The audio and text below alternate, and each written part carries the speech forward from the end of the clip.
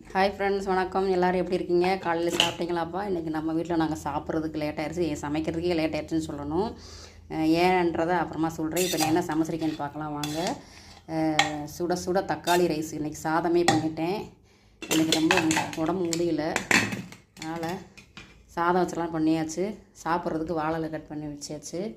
இது வந்துட்டு அவிச்ச முட்டை, அப்புறமா தொட்டுக்கிறதுக்கு வெண்டைக்காய், சரிங்களா?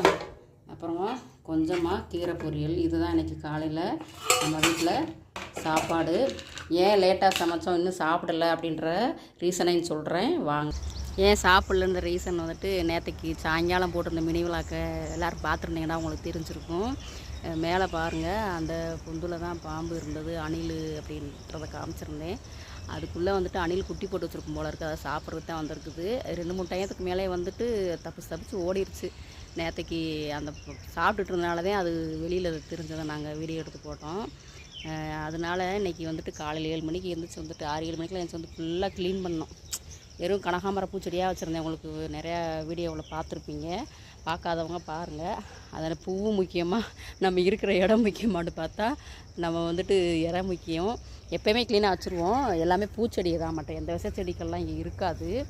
நானும் எங்கள் வீட்டுக்காரர் எப்போயுமே க்ளீன் பண்ணிகிட்டே இருப்போம் கார்டனை.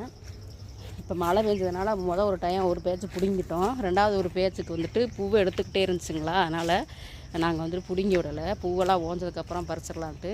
ஆனால் இந்த தடவை பூ 3 மாதமாக பூத்துக்கிட்டே தான் இருக்குது. தண்ணி மழை பெஞ்சிக்கிட்டே இருந்ததுனால இங்கே பாருங்கள், ஃபுல்லாக நாங்கள் மேலேருந்து பூரா அதெல்லாம் அந்த மரத்துக்கு கீழே உள்ளதான் க்ளீன் பண்ணோம். இது வந்து லெமன் ட்ரீ. அந்த மரத்தை ஒட்டி இருக்குது, நிறையா காய் வச்சுருக்குது. வேறு வழி இல்லை, இருக்கிற இடத்துல நம்ம சுத்தமாக வைக்கணும்ல. நம்ம பூ, காய், கறி அப்படின்னு நினச்சிக்கிருந்தோம்னா எல்லாமே ஃபுல்லாக இங்கே பாருங்க ஜங்கிள் ஏரியா தான் சுற்றி, சரிங்களா?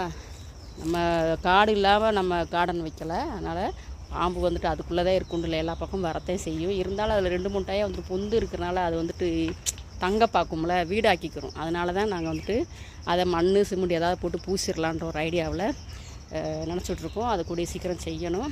இப்போ பாருங்கள், அந்த இடத்துல ஃபுல்லாக நாங்கள் இருந்த பூச்செடி, ஒன்லி பூச்செடி மட்டும்தான். பூச்செடி ஃபுல்லாக பிடுங்கி எடுத்து விட்டோம் பாருங்கள். இப்போ தாங்க சுத்தமாக இருக்குது. இதனால தான் இந்த வேலையை செஞ்சுட்டு நான் வந்துட்டு சமைக்கிறதுக்கு லேட் பண்ணிட்டேன். 11 மணிக்கு மேலே ஆயிடுச்சு. இன்னும் டேப்லெட்டும் போடலை. சாப்பிட்டுட்டு தான் டேப்லெட் போடணும். இந்த பூச்செடிலாம் தூக்கி கட்டி வச்சுருக்கேன் பாருங்கள். இது வந்து மஞ்சள் கனகாமரை.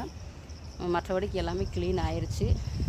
இந்த கீரையும் பறிக்கிறதுக்குமே எனக்கு கொஞ்சம் பயமாக தான் இருக்குது. அப்பப்போ இங்கே பாருங்கள், இதெல்லாம் படர்ந்து உள்ளது. பச்சை பொன்னாங்கண்ணி, சிவப்பு பொன்னாங்கண்ணி கீரைங்க, பப்பாளி மரம் இதெல்லாமே இருக்குது.